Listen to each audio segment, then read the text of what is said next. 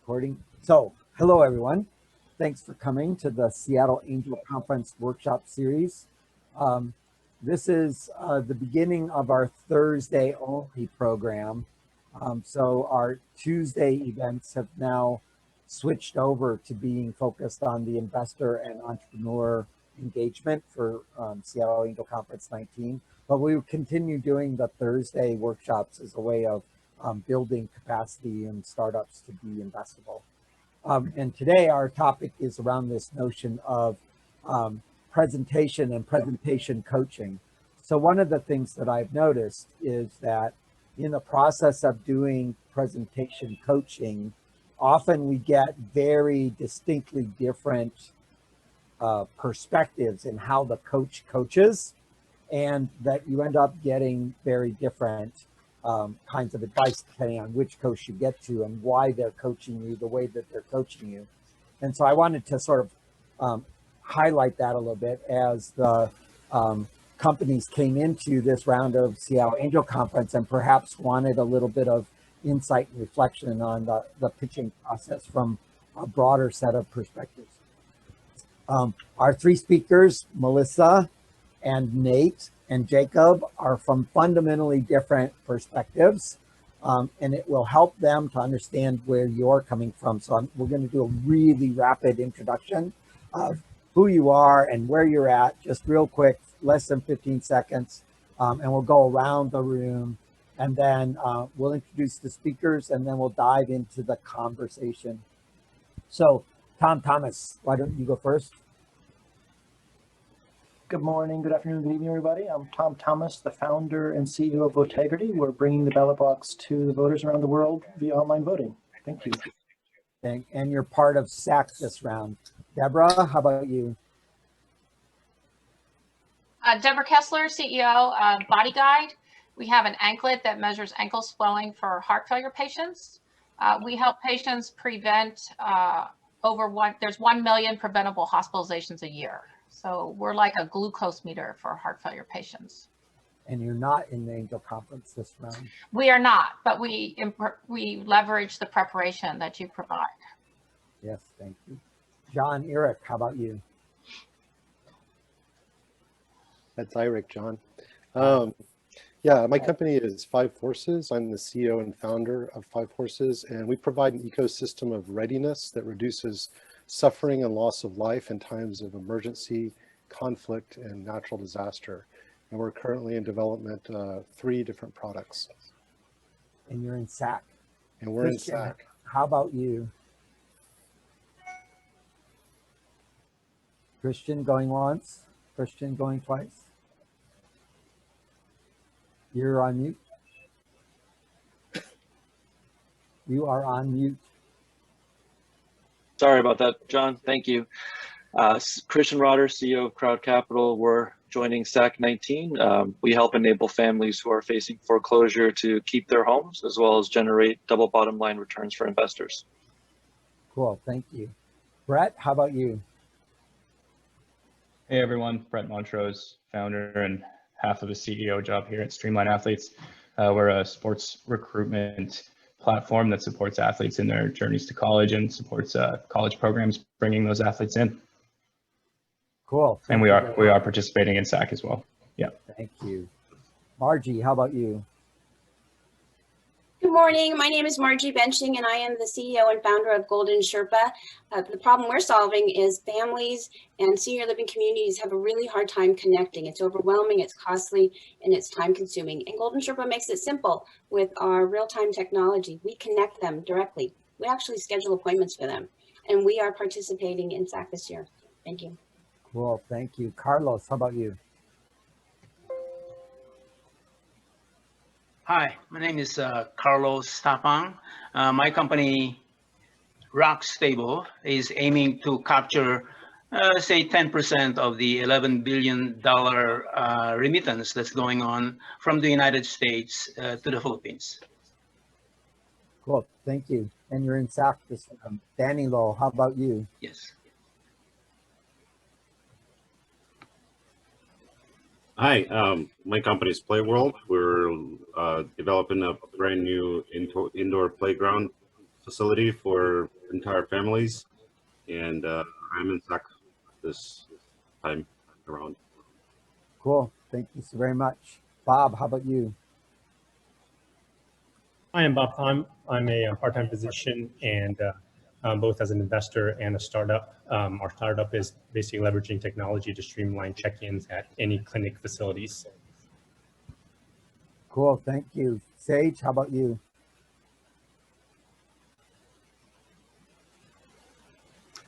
Hi, I'm Sage Ratterman, CEO of Tartan Hub. We make software for freight forwarders and their shipping customers to create shipment visibility.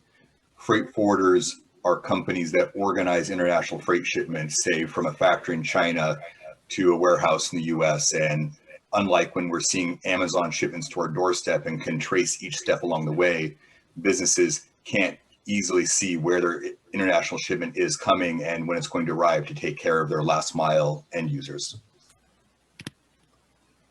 Thanks very much. I say Sierra Guitars, but I'm forgetting your name. That's okay, John. Jonathan Spangler from Sierra Guitars. We are participating in SAC, and we have basically stress-free guitar air travel or stress-free guitar mobility with the Ascender and complement of products. Cool. And you are in SAC this round. So good. Thanks. I am. Cody, how about you? I am Cody Myers, founder and CEO of Satchel. Satchel provides an all-access pass for users with participating vendors to help increase usage as well as enrollment, and we are participating in SAC this year. Cool, thanks. Yong. Hi, I'm Yang Huang. I'm co-founder and CEO of Turtle AIP. We help seniors to age in place with a family assistant Turtle app. We also have a team of care team to provide the remote and on-site help. We're in SAC. Cool, thank you. Keenan, how about you? Hi, Keenan O'Leary. I'm co-founder and CEO of CityPods. We're engineering basically modular sleeping pods that help cities scale temporary housing as the first step into permanent housing. And we are participating in SAC this year. Cool, thank you. Emmanuel. Hey, John.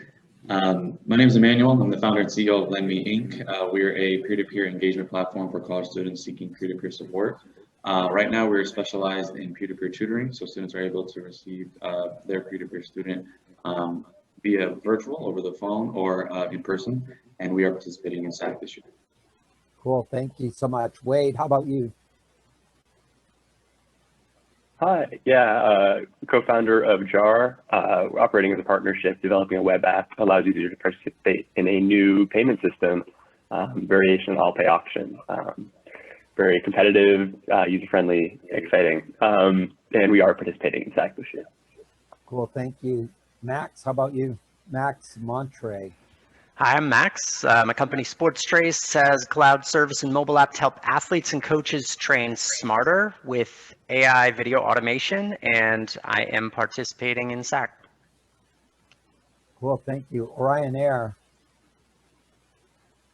Hi, good afternoon. My name is Andrew Crawford, co-founder and CTO of Origin Air. We produce smart living air purifiers that make investment into health and safety profitable for enterprises operating within the public space. Our fleet leases and digital ad revenues allow us to supply air purification that reinstills health, safety, and trust in the new world. Thanks so much. Dina or Dinah. It is Dina. Hi, everyone. I'm in San Diego, but I'm part of this SAC group, and I'm the CEO and founder of Partner Optimizer by SaaSmax, and we are a game-changing partner discovery and insights platform for B2B technology companies who need to drive revenue through reseller partners. Cool. Thank you so much. Clara. Hi, everyone. I'm Clara from All Electricity. I'm the co-founder of our Montreal-based startup that specializes in the transfer of wireless electricity via capacitive coupling. Wireless electricity is a very new technology on the market. So we transfer electricity, basically we transfer electricity over a distance. We thus challenge the traditional means of power transmission through the use of cabeless and batteryless solutions. Our goal is to eliminate wires and batteries in electronic devices. And by developing a transmitter and a receiver that can be integrated into multiple electronic objects, our company, All Electricity Technology, is very versatile and highly innovative. Cool, thanks. Garrett, how about you? Aaron? Hey, thanks, John. No. Okay, Oh, sorry. Aaron. I wasn't sure what you said. My apologies, John. Garrett, next. Okay, thanks, John. Yeah, founder and CEO of Fresh Grease. We're solving the cycling industry's part compatibility problems by providing buying recommendations specific to riders and their bikes. And we are participating in SAC. Cool, thank you so much. Lainey. Hi, I'm Lanny Moore. I'm a co-founder at Oval Digital, and we have this 5-in-1 multi-sensor, which is a smart home product without use of cameras and microphones.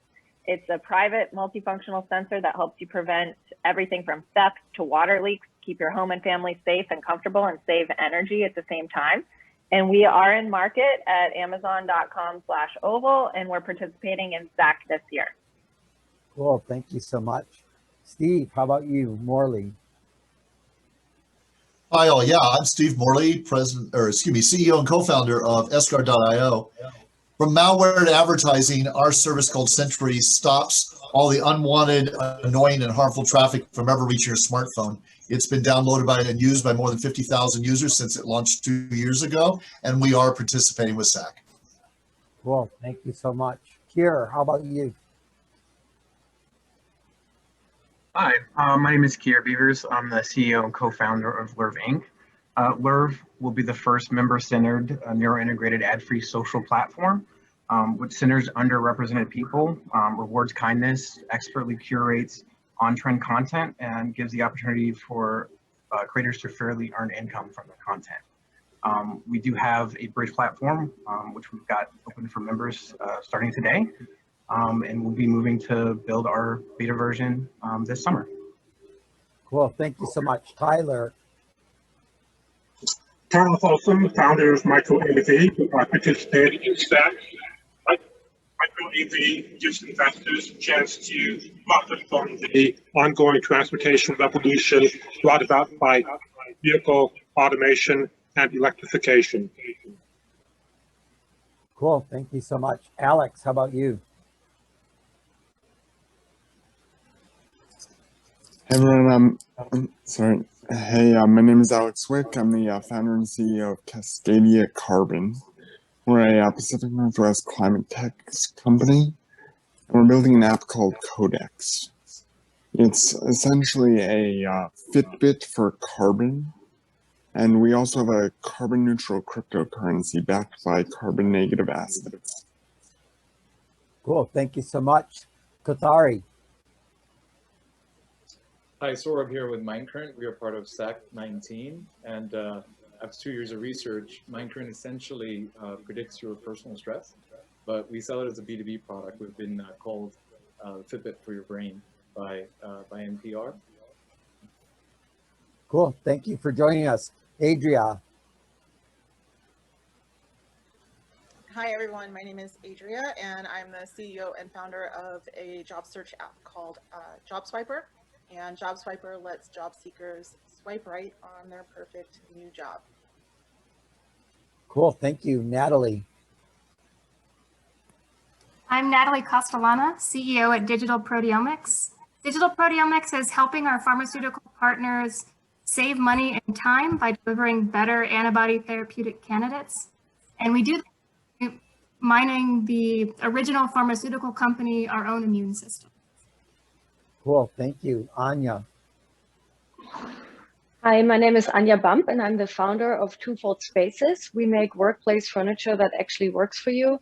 We have a small meeting room on wheels that can be a meeting room or a vaccination station by changing out the walls. And we also have a work from home line where we transform walls into workspace. We are in market and we are part of SAC. Cool, thank you. Rick, how about you? Pleasure to meet everyone. My name is Rick Beaton. I'm the CEO and founder of Modus. Modus is trying to solve what I think is one of the most painful and expensive experiences in corporate life today, and that's their talent management. Most people experience it as fragmented, broken, ineffective, and astonishingly expensive. And our application, which is live in the market, integrates, creates a personal history, and creates also a historical record of their work. So we're getting great reviews from millennials and Gen Z that for the first time feel like they're engaged and working away. So delighted to meet you. Cool, thank you for coming. Joe, how about you? Hi, I'm Joe McSweeney. I'm COO of Five Forces. We're building the world's first ecosystem for disaster management. We've got 3 pillars, family, community, and first responders. And we have MVPs ready to go to revenue in each. Thank you. Cool, thank you. John Harris, how about you? Thanks, John. 75% of event attendees say that networking is a key reason they show up, and yet 70% of virtual events are on Zoom or Teams. So Buzzit is a turnkey networking venue for live stream events that hosts can set up in a couple of minutes so that we can all not post stuff in the chat, instead just check out each other's profiles and connect directly. Heather, how about you?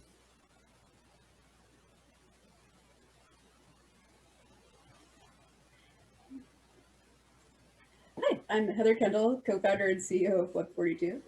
We're bringing bleeding-edge enterprise-level technology to neighborhoods to help neighbors connect their lives and resources in real life, off-screen, smoothly, securely, and inclusively. We start by helping everyone make 3 close friends within a 5-minute walk. We are participating in SAC. Cool, thank you so much. Ken, how about you? It's good day, everyone. Ken Allgood, founder and CEO of HealthFlow. We have a SaaS platform that allows for patients to bring together their data and actually manage it. We drive care coordination and really help to address care disparities across a wide variety of clients that we're working with right now. We are a part of SAC this year. Cool, thank you so much. Priyanka, how about you?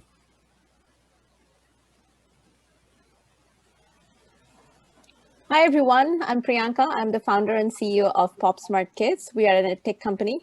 We have a writing solution for elementary grade students that empowers early childhood educators to inspire even the most reluctant writer. Our goal is to bring back the 24 million elementary students in the US alone who have lost about 7 months worth of learning capabilities in the next few months. And we are participating in SAC 19. Cool, thank you. Patrick, how about you? Everyone, my name is Patrick Gopi. I'm the CEO of Scout9. We are a bunch of pet nerds that are creating the first pet partnership platform where we help pet parents make smarter decisions on their dog's behalf and resolve the trial and error problem that we have today with raising animals. And we are participating in SAC. Cool, thank you so very much. Bruce. Yeah, so Bruce, founder and CEO of Mindbase. Mindbase is an early warning system for critical teams designed to identify at-risk personnel during calls for service. We aim to be the leader in detection and intervention that improves the mental health of first responders. We're participating in SAC. Stuart, how about you? Hi, I'm Stuart Marshall. I'm the founder and CEO of BeThere.ai. There are 40 million people aging in place in the US. Their adult children worry about, are they okay? Like, is mom and dad, are they okay? We are providing a service that uses IoT and Edge AI to help the adult children know that their parents are okay and doing well. Thank you. Abrar. Sorry, I was on mute. Hi, I'm Abrar Ahmed. I'm the CEO and founder of IDGo. We're solving a problem that I bet all of you have experienced. We're frustrated with sharing our personal information to verify ourselves, whether online, in person, or on the phone. IDGo is a solution that's going to eliminate that problem, and you won't have to share any personal information to verify your identity. IDGO is a digital identity credential that is persistent, private, and portable, but works for companies that are trying to balance security, efficiencies, and providing a great customer experience. And we have launched ourselves in the financial institution space. Cool. Thank you so much, Jennifer. Hi, nice to meet you all. I'm Jennifer Zubek, product manager for Modus. As Rick gave the long spiel, so I will keep it short and say we're an employee career development platform. Thanks so much. Assad. Thank you, John. My name is Assad Fwazi. I'm the founder and CEO of Cloudplex.io. Cloudplex.io is a low-code SaaS platform for cloud application developers. We are eliminating inefficiencies in the cloud application development process. Our platform simplifies the cloud application development, increases the productivity of the developers by 40%, cuts down the time to market by 25%, and reduces productivity losses to the enterprise by $12 billion annually. We were launched in May 2020. We have good traction and some revenues. We are seeking seed round funding. Thank you. Michelle, how about you? Michelle going once? Michelle going twice? Michelle with chicken and rice? All right. Arun, how about you? Hey, my name is Arun Mallikarjunan. I'm the co-founder and CEO of Symbiosis. We're participating in SAC 19. Symbiosis empowers healthcare providers to start their own private practice by providing them with practice-in-a-box solutions so they can focus on what they do best, which is treating patients. Our practice as a service gives them the space and the software to manage their practices while also allowing us to manage each of our locations. We started in 2017.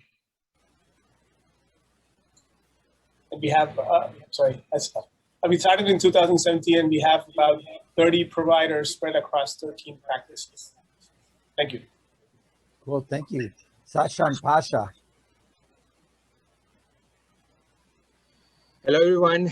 Sasan Pasha from beautiful Vancouver, BC. We joined SAC to participate. Our company is essentially solving a $1 billion challenge for underutilized, unused amenities and spaces within buildings, such as parking, charging, bike cages, and provide access seamlessly to new modes of transport and supporting their first and last mile challenge. Cool, thank you. Brandon, how about you? Hello, I'm Brandon Fleming. I'm the CEO of a startup out of the Fred Hutch. Our startup is called Communosight Inc. We're participating in SAC this year. We're working alongside the immunogenics lab at Fred Hutch to replace the current diagnostic test for patients who receive a bone marrow transplant. Cool, thank you so very much. Erin, how about you? Hi, I'm Erin McCune. I'm the founder and CEO of EasyNet.com. Many people don't realize that if something happened to you, then your family loses access to all of your online accounts and your digital assets immediately if they don't have your login credentials. And so the issue is most people don't want to do it because it seems like a lot of work. And so what we've done is combined effortless, everyday password management with that long-term peace of mind. We came to market in April of 2020, and we're currently at about 2,600 paying users and over $10,000 in MRR. And we are participating in SAC this year. And it's great to see so many age tech, silver tech companies. Cool, thank you so much. Steve Mantel, how about you?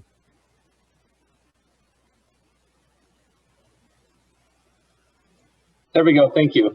Hi, Steve Mantle, founder and CEO of Innovate Ag. We're focused on empowering farmers with our agricultural data science and visualization subscription service. Farmers are facing huge pressures to grow more food for a fast-growing population in the midst of climate change. And our solution enables farmers to make streamlined decisions based on data silos of labor, chemical, disease, pests, and water impacting their top and bottom lines. We have good traction and adoption by some of the largest farms in the state, and we are participating in SAC. Cool, thank you so very much. Anu, how about you? Hi, I am Anu, we are working on a stealth mode productivity startup, and we will pandemic proof your startup for you in the future. Okay, thank you. Elizabeth, how about you? I'm Elizabeth Cross-Nickel, and I'm a SAC investor, and I'm delighted to meet people. And I've been chatting with some of you on separate conversations today, so it's nice to see you all today. Cool. Thank you so much. Stefan. Hi, my name is Stefan Cordova. I'm the founder and CEO of Friend With A. Friend With A is a fully insured peer-to-peer rental marketplace to borrow almost anything. So rent, whether it's tools, cameras, sports equipment. And so next time you think of, I wish I had a friend with a ... come check us out. Cool. Thank you so much. John W., how about you?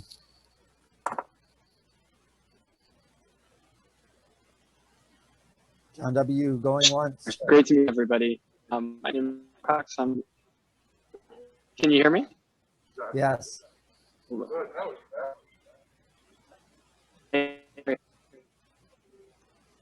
Poof, all gone. Jamasha.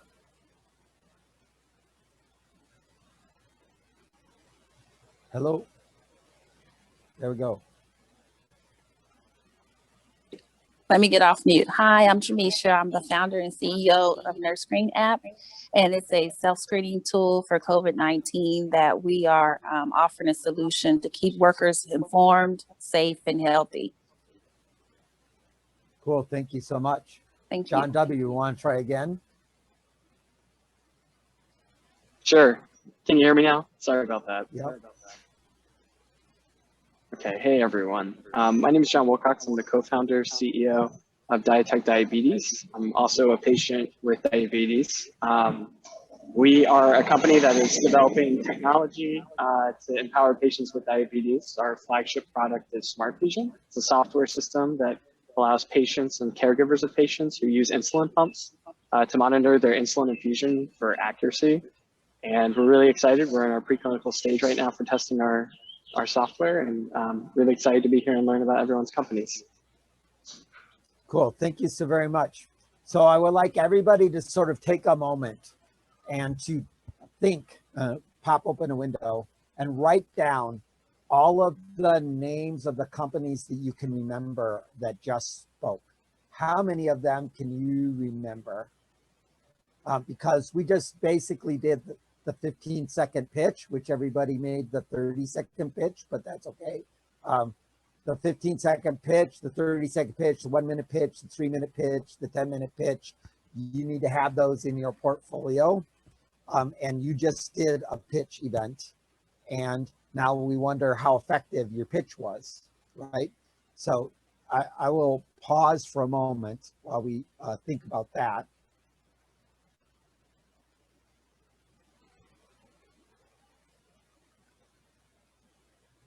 So I would like to introduce our speakers for the evening or for the afternoon, depending on where you are in the world.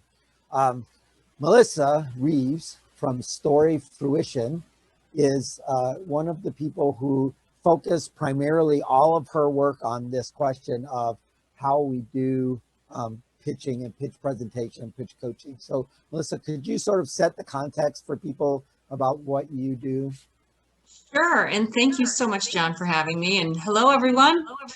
It was very fun to hear your quick pitches. So I'm Fruition, and I do work with the narrative side of a pitch. So I'm also in fact, I've had the delight of meeting with several of you for Founders Live. I'm the Founders Live Seattle pitch coach. So we do it in 99 seconds, where you have to have some sort of narrative, some sort of character problem solution, but it's done in a story. And then we're dropping in business aspects like, your business model and your traction and things like that in 99 seconds. So pleasure to be here. I'm always looking for the story because I think people remember that and then correlate that back to you. Yep, cool. So Nate Doran is at the SWAN Venture Fund, which I would say is one of the early funds in our collection of 12 or 13 different groups that are doing pre-seed investing. Although I think Swan Ventures is sort of moving upstream a little bit with their funding model. So we'll hear from Nate on that. But he's in the investor seat listening to all of these pitches. Nate, could you do a little bit more on your context, please? Sure. So I'm a business director at SWAN Venture Fund. We do invest, I'd say mostly we play in the angel space in the Pacific Northwest for the most part. I've been in the community in the Pacific Northwest for about 10 years. As an operator, I've worked at a number of angel groups over time. And I would say, I don't know how many companies I've looked at. I would say thousands at this point.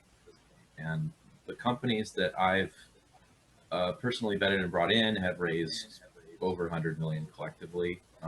I'd say one has raised at least half of that. Yeah, strange how that works. Yeah. One or two do most of the money. All right, and then we have Jacob Colker from the Allen Institute. Is it an incubator or accelerator? I'm not quite sure, but it's doing AI-based startups. And he's had some background in the impact side of the house as well as in the AI side of the house. So Jacob, could you give us some background on your current engagement in the startup scene? Sure, yeah. So Paul Allen, the co-founder of Microsoft, launched the Allen Institute for Artificial Intelligence in 2014 to do primary research in AI. We've grown quite a bit. We're over 200 AI PhDs, researchers, and engineers now here in Gasworks Park, which is a neighborhood in Seattle. We launched an incubator a few years ago to create and incubate AI-first startups. To date, we've worked with 64 entrepreneurs over the years that have turned into probably 15 companies that are collectively worth about $350 million now. They've raised about $50 million. And growing. We've had some recent success. Apple acquired one of our companies, Exnor, for $200 million last year. We also raised our own venture fund from Sequoia, Kleiner Perkins, Two Sigma, and Madrona, which are our LPs in our fund. So, but typically we will take an entrepreneur or a team of entrepreneurs, either business folks, technical folks, domain experts, or AI scientists, put them into a new company, invest up to $900,000 into that business to help them get to a place at which they can raise a seed fund and go from there. Some of the companies that I'm excited about, we have companies that are turning this into a hospital where you can breathe into it and there's a digital spirometer, put one finger here, one finger there, and it's a pulse oximeter. Speech synthesis startups where it's incredibly lifelike AI voices. You can type a sentence and instantly render it. So, you know, podcasts, audiobooks, web marketing videos, all done by AI in the same way that CGI changed a lot of things for Hollywood. But by and large, that is how we run our programs. We're constantly working with cutting edge AI to turn it into applied settings. And the reason entrepreneurs come to the incubator here, just super quick, we have AI research expertise. So, you know, like I said, close to 200 AI scientists, engineers, and support staff. We have an incredible recruiting pipeline. Over 11,000 people a year apply to the Allen Institute for various jobs. And so we guarantee 100% that you will have a co-founder or a first hire land in your team as a result of being an incubator. The community is pretty amazing. So some of the best entrepreneurs in the Pacific Northwest are building companies with us right now. People who've raised $50 or $100 million previously. And then of course the Paul Allen Network, you know, he owns the Seattle Seahawks, the Trailblazers, Vulcan Real Estate, which is a $4 billion portfolio of real estate. Vulcan Capital, which is a $9 billion portfolio. The Allen School for Computer Science and Engineering is named after Paul Allen. So there's 1,400 people in the CS school at UW that are there. So this incredible network, particularly in the Pacific Northwest, we can open doors to just about every pilot customer that you can think of. But that's us in a nutshell. So thank you very much. So we have someone who funds companies, someone who creates companies, or at least tunes them up, and we have someone who articulates how you build narrative in a presentation. So I sort of want to go round robin among the three of you and ask you, what do you remember? What did you get? What surprised you in all of those startup pitches that you just heard of all those people putting it around. So Melissa, let's start with you. What sort of stood out for you in all of that? Let me be derogatory and say, in all of that blah, blah, blah that just went by, what stood out for you? You're on mute. Hi. So I was taking copious notes. I almost ran out of ink on my pen. Well, I've had the pleasure of a few people. So I know some of their stories like Votegrity and Innovate and Sports Trace. So helping them find their story has been fun. And also Golden Sherpa. And yeah, there's a few of you. Body Guide. Yeah, it was really fun. I always look, there was a few that I look for the stories. So this isn't just about the narrative, it's about how you tell the narrative. And so I was seeing, let's see, the talent management one actually kind of jumped out because I think you have an audience that's very frustrated, and I think that there's a story there that you can tell. The Web 42, she reached out, and I thought the neighborhood had a lot of visual images, very high potential of telling a story to warm up the pitch. My work actually would complement the other two speakers, just so you know. So they're like the left brain and I'm the right brain. And storytelling happens in presentations all day long. And that's really what I'm here for, is to help you kind of become a great storyteller within your own presentations. So. You said that HR thing, but you didn't remember their name. Nope. So there's a component to this process, which is just plain old process of communicating things clearly. And one of the pieces of advice that I give to startups, which I would like to give all of you right now, is that we don't know your name, and it's probably not something we remember before. So we want you to slow down, speak up, and put pauses on things. And that's just basic mechanics of how to do a pitch. Wherever there's a place where you want me to process a little bit, especially with old folks, you have to give us time to do it. And you got to give us a space so that we have the buffer space for us to go through, oh, that's something new, and process that thing. So please, whenever you're doing your speaking, it's better to be slower and clearer with spaces. I hypothesize that if you had done that, then Melissa would remember the name better. But next piece, Nate, you have the experience of listening to thousands and thousands, and now there's 55 more startups that you just heard a pitch from. What stood out for you in those pitches? So I would first of all respond and agree with the statement that you should communicate clearly. I think if you're in a public place like a room, it's a lot harder for a panelist to pull out a notepad and write down things sort of off screen, but you can do that with Zoom. So I've got a bunch of, notes here for all the different companies, but I still had a hard time understanding some of you. So one trick that you can sort of get away with in Zoom is to actually change the name. Some of you have put the company name in the name, and I noticed some of you did, and I said, hey, I should do that too. So that's a really easy way to communicate the company that you're with. Some of you have also posted in chat. There is a save function in chat. So it looks like there's some LinkedIn pieces here. So for someone like me, an investor, if I want to do a little background research with a company, if it's available, that's what I'm going to look at first.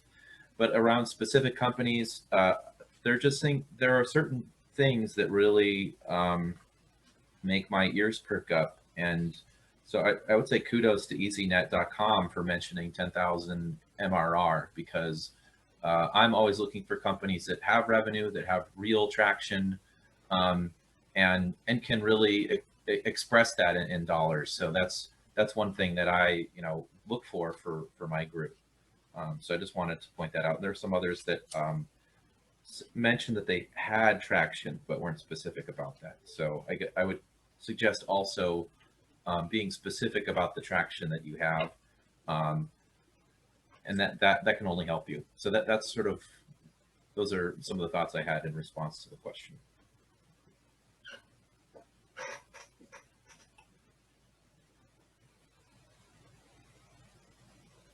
John, you're on mute.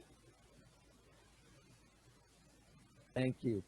So for this person, in the case of using the term MRR, is that sort of a flag word or a keyword that you sort of perk up at and you say, okay, this person is more sophisticated, understands the task that they're involved in a little bit better than the other folks because they're speaking in the right language to me?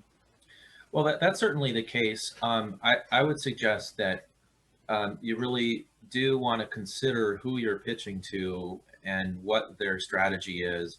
That's really hard to know that without them just telling you. So SWAN, we're typically looking for companies with first revenue, just because we believe in the idea that a company really has proven themselves in the market to some extent, that they have some evidence to support hypothesis for product market fit if they have sales. So that's something that we look for. Of course, if you're a medical device company, that's harder to, there are different ways to approach that. I know that some of you are working on diagnostics, and so that in that case it's a little harder. But yes, and keywords can help. I think some folks like to use buzzwords. But I would say being really clear about what your business is and how far you are in as short of a time span as possible can really help. So I would say that I heard a lot of product pitches and not very much in terms of business pitches. And Right. So we're in the conversation here about the Angel Conference and a business pitch. And we frequently see that companies are presenting, 80, 90% of their pitches about products, when in fact, what we really want is like 80, 90% about the business and, just enough products so that we're in the right box. And that's about all we need to know about the product. We'll ask you more about the product later, but if you don't get our attention enough to get the next meeting, it doesn't matter if we know the details of the product. And so for me, I thought that the 10K MRR was a really good shortcut way for people to understand that I've thought about my financials in a meaningful way, and I actually keep metrics about my company, which moves me, right up to the top 10% of the list in my mind, because I'm going to remember that, and that's going to make that go. So there's keywords that you can make it work that are in the language of the investor, where the buzzwords that I heard Nate talk about are really about the fluff, About the and not product. they don't activate me, right? And so, if you tell me that you've got an AI-enabled blockchain thing about blah, blah, blah, everything closes down and I stop paying attention. And so now Jacob has this particular problem because he does AI, and his people come out of his program and they say, we're an AI company. And everything closes down because we've had 50,000 AI pitches about random people with lollipops that are adding AI to the top of the lollipop, and it's not a really good thing. So Jacob, what stood out for you in that conversation? Well, if you haven't tried an AI lollipop, John, you shouldn't critique it yet because they're pretty good. No, I'm joking. Look, I think first of all, when John said we're going to do intros at the beginning, I honestly smacked my head saying 56 intros. Are you kidding me? There's no way we're going to get through that. And so credit to everybody here for having clearly practiced your 60-second-ish pitch. If you remove the oddities of calling people out and trying to get them to, in an organized way, explain things on Zoom. But seriously, I think that was kudos to everybody here for having a tight initial first pass. I think at the end of the day, you have to know your audience and your setting. In a scenario like this, you've got to do something wild to stand out. But oftentimes you're not necessarily going to be in this kind of scenario where you're one of 56 people. You will have a couple more minutes to explain who you are and what you do.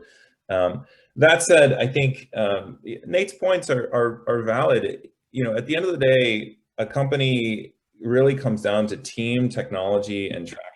the 3 T's, we like to call them in the incubator. Some of you are early and may not have traction. So then explain some element of your team or some element of traction that stands out to people so that they'll pay attention to it. I happen to know some of the folks on the call here. You know, Garrett was one of the students in I taught at the MBA program for 7 years.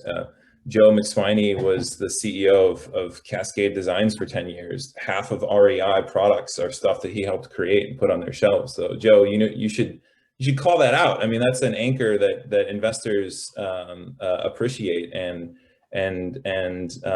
show that you know what you're doing. You know, so I think you know, talk about team if you have some element of uniqueness if you don't have traction. Talk about technology in some kind. What are you doing differently and why does it matter? And then of course, traction is king. At the end of the day, it doesn't matter if you're, you know, a 5-year-old just coming out of preschool. If you've got 10,000 MRR, people are going to pay attention to that. So I think we often have this notion of imposter syndrome, or, you know, I want to be an entrepreneur, but I don't check the standard boxes or whatever it is.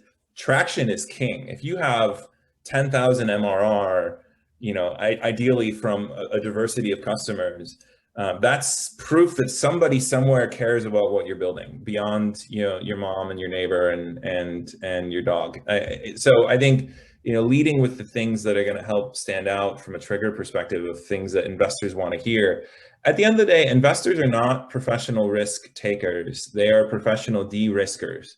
And what a lot of entrepreneurs don't realize is they have maybe, and your average investor will have 50 or 100 manila envelopes on their desktop. And some of those other manila envelopes have 100,000 in MRR, or they have the former whatever from Facebook or Google or whatever. And so when they're looking at where to allocate those dollars, not all manila envelopes are created equal. It's easy for you to myopically squint and say, oh, well, my idea is cool and here's the product. But you need to realize that you are, in a way, being evaluated against the crop of everything else on that investor's plate at the moment. And the things that help you stand out are the things that help the investor de-risk the willingness to write the check. And that is MRR, that is some kind of unique technology that's going to be differentiated and stand out, or some element of team that gives you an unfair advantage.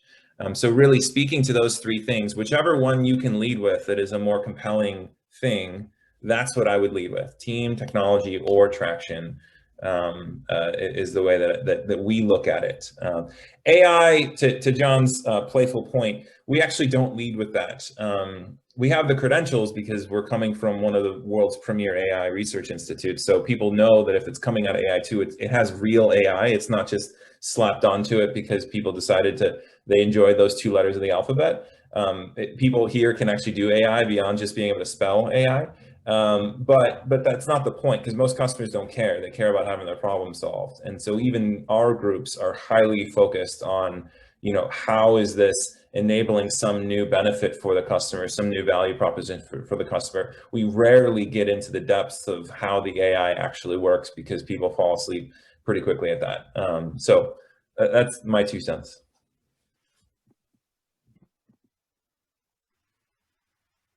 You're on mute, John. I'm trying to save you from my echo, and thank you for reminding me. I will need that.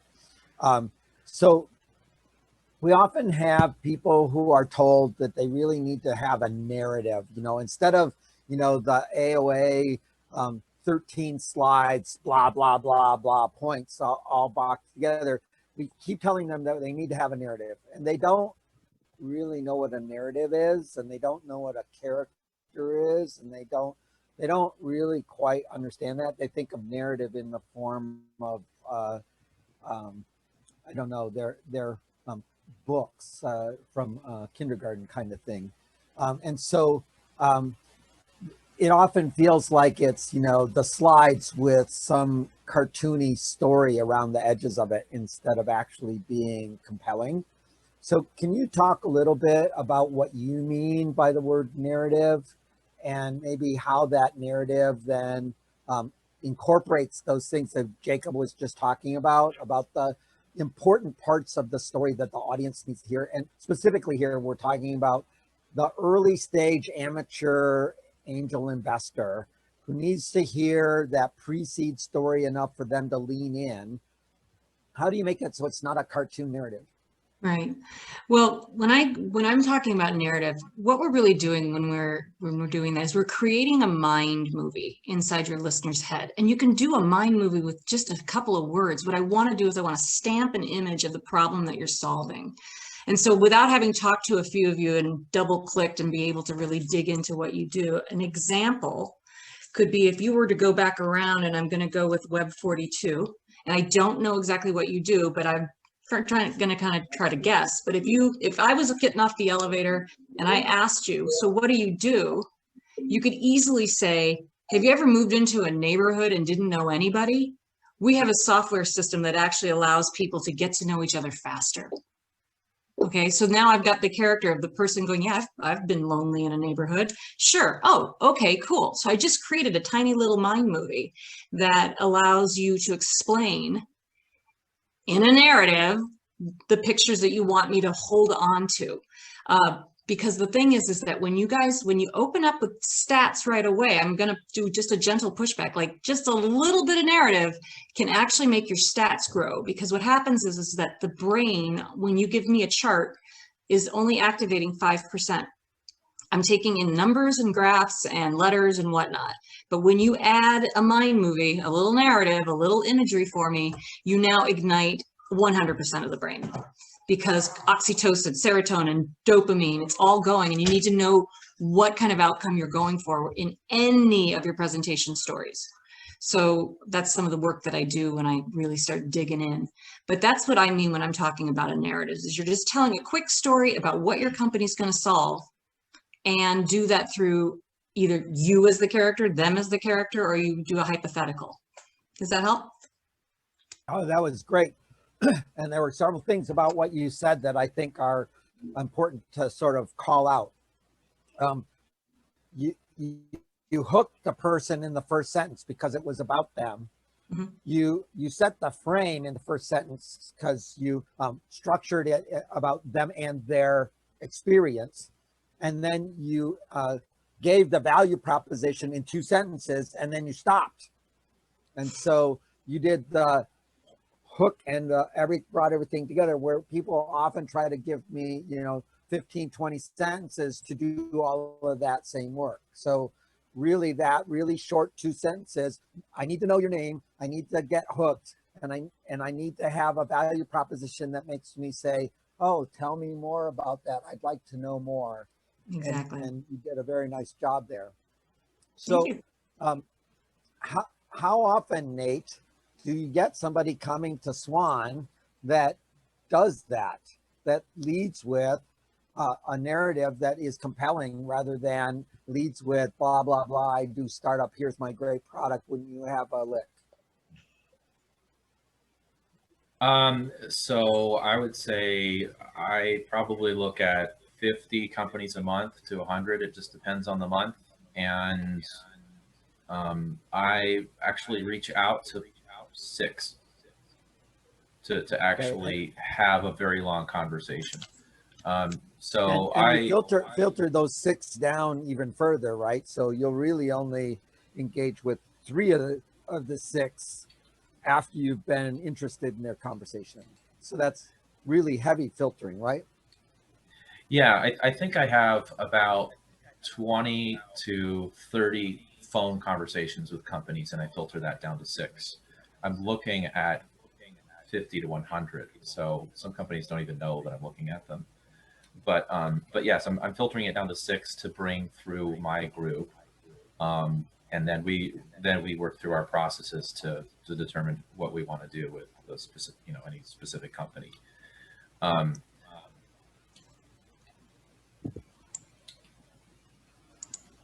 So I'm trying to get from you a sense of how important is it to do a story like Melissa told, or versus I've already got a process in place. People do blah, blah, blah. I slice and dice it and put it in and it's good.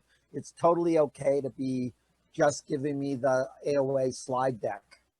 So I think narrative is important. I think when I think of narrative, it's really a flow of structure, and it's very balanced. And I think the AOA structure, you know, you're talking about specific slides and you're allocating time. The goal is to have a well-balanced presentation of your business opportunity, right?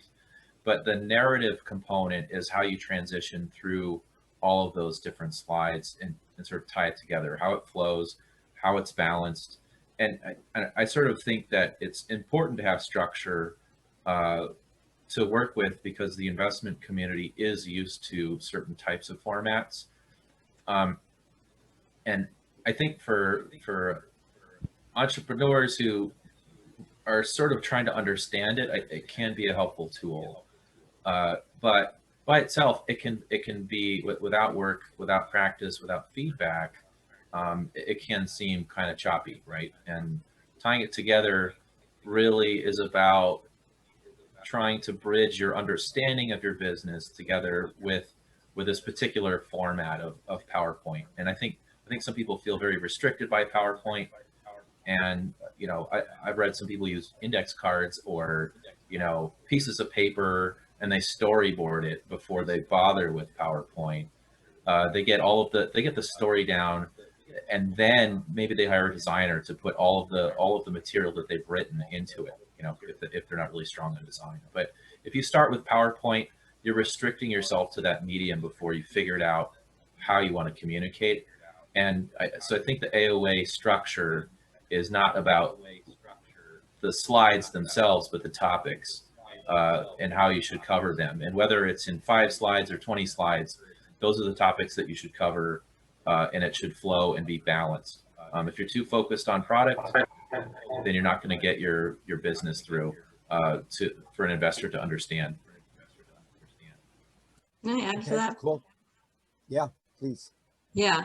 So anyone who has worked with me so far in Founders Live, I so agree with what's going on with the PowerPoint. When you are doing the story part, no matter how fast or short it is, the images that are on your deck is what people will really remember. They're not going to remember if you have a whole bunch of graphs and slides and it's a bunch of graphs and graphs and graphs, and you've got like the kitchen sink, you're going to overwhelm the person listening to it, and they're going to stop listening to you. So make sure that your slides are backing up the words that you're saying too. And so when you're in the story part, or you just want to have an image, I think of Steve with Innovate, where he's talking about farming, and we took a picture of his beautiful technology and made sure everyone could see it. And then we had pictures of farmers at the beginning, we had pictures of farmers at the end, so that people could remember Innovate's that farming AG, right? That's what we needed to make sure people would remember. So thanks. The slides are telling the story with you. Yeah, I'd like to respond too. I think it's very important for folks to limit the amount of editing that they have to do in a PowerPoint. And I think once you have the story down and the subjects that you want to cover, it's much easier to change what you're saying than the deck itself. You know, if you're not careful, you can get caught in thousands of edits and different versions, and you're spending all of your time on a PowerPoint deck instead of your business. So I agree with what you're saying. So we have a program called Ignite, which is death by PowerPoint as entertainment. It does 20 pitches, 20 slides per pitch, 15 seconds per slide, auto advance. And they're going to do one soon. It's a charity one, so I encourage you all to go to Seattle Ignite and take a look at it. But I have this theory that from a practice point of view, it's sort of useful for startups to do an Ignite for themselves, which is to do a 20 deck slide deck where you're saying 15 seconds and trying to auto advance through it, where the slides are a picture with no more than 3 to 5 words total on that picture. If you have any words at all, just a picture that supports the words that you're saying, and you only get like 2 sentences in 15 seconds. So, you know, you've got a concept you're presenting, and there's the picture that sort of anchors that concept in the brain. So the words are just describing the same concept that the picture and the slides do. And if you can do that, you now have the images that you need and the sound bites that you need that then you can weave the story into or read into the story. Melissa, I want you to respond to that idea of doing it at night, 20 slides, 15 seconds I've a done slide, no detailed words on it. Is that a useful practice or is that not useful? It was so scary, but so fun. I did one. So if you go to YouTube and you can go Ignite Seattle, I did OCD as a family affair. And I loved it because it was basically your slides are your cue cards. Every slide, I knew what I was supposed to say and I knew how long to go and I didn't have anything to touch. I didn't have to click anything. It was just going to go. So there was pressure, but it was really great. And it was just all images, but my words and the way I was explaining the situation for a family was, you know, kind of a TED Talk, and TED Talk meets storytelling. Yeah. So I highly recommend it. I actually started doing it for other presentations. I just started to learn how to animate, put the timer on and know exactly what I was going to say on each slide and know that if I don't hit it, it's going to change. So rehearsal is also really important for your core presentation. So highly recommend it. That whole practice thing. Yeah. So Jacob, you have all these companies, 64 companies doing stuff, and at some point they're going to raise money. What do you put in place for them to help them get this part of the presentation thing so that they tune up early instead of coming into their investor meetings cold? I suppose I have a slightly different perspective, and I'll just share my 2 cents. You know, humans have been on the planet for 10,000 years, maybe. At the Roman Forum, people didn't have slides. Native Americans have sat under the stars telling stories for thousands of years to share knowledge, and they didn't have slides. Shakespeare didn't have slides. You know, William Wallace in Braveheart didn't need slides to get the troops fired up, right? And so I suppose, like, you know, somewhere around 1980, PowerPoint was released, and suddenly everybody threw away 10,000 years of storytelling and started speaking to these charts and graphs. And I think that at the end of the day, can everybody just pull up their cell phone and hold it up in front of the screen for a second here? I know you've all got one in arm's reach. Just look around the room for a second. Every single person in this room, right after this call, can turn on the video camera and videotape themselves just spending 60 seconds telling your story and watch it back, right? And in the same way, when you hear your voice recorded, you're like, is that me, really? It's amazing how much just watching yourself on camera can change and improve your presentation. And I think at the end of the day, you know, it really comes down to who, especially at seed stage investing, who are you as a team or as a founder, right? I think 80% of investment is actually into the person, not necessarily the idea or the traction. So what makes it about you? What makes you uniquely qualified to run this? Why are you the person for this? And then, like I said, technology, or you could say product, just the same. And then the traction that you have, and that's it. And you don't need 25 slides to explain that at the end of the day. You don't. So I think, you know, when we help our entrepreneurs, at the end of the day, most of the work we do is actually rolling up our sleeves and helping them get traction. But I'm also, in the same way that Nate might be looking at 1,000 companies a year, we're talking to probably 1,000 entrepreneurs a year, trying to figure out who we work with and who we don't, or who is a fit for us with our very narrow focus. It's not that they're not a good entrepreneur, it's just that they might not be the perfect fit for our very narrow focus. But so much of seed stage is about team. And if you've got to figure out what it is you bring to the table that is unique and valuable. If you're working on and I don't mean you have to have a Harvard MBA or, you know, a PhD in AI. Your unique skill set could be a perfect match for, like, if you're building a product for communities, there was that subject described there. You know, having had 5 years of experience trying to organize a community makes you very uniquely qualified, right, for that particular map. You don't necessarily have to have these credentials that we all think we have to have. So much of what we do in the incubator is about helping entrepreneurs to figure out what is the right company for them to build. You know, I have a problem, for example, of getting to San Francisco once a month in non-COVID times. That doesn't mean that I'm qualified to build an airplane. An airplane is a complex piece of machinery and whatnot. So much of what we do is about trying to find a match for the right founder to the right idea. And then it's about just helping them get traction so that it really almost in a way doesn't matter what their background is, because, you know, there's the, $10,000 a month. That's all you need, like, or 20,000 MRR, mic drop. It's that simple in many ways. So, you know, if you have the traction, lead with that. If you don't, try and figure out how to close that gap, or lead with some other element of something that is notable. Yeah, that's good and useful for me. Thank you.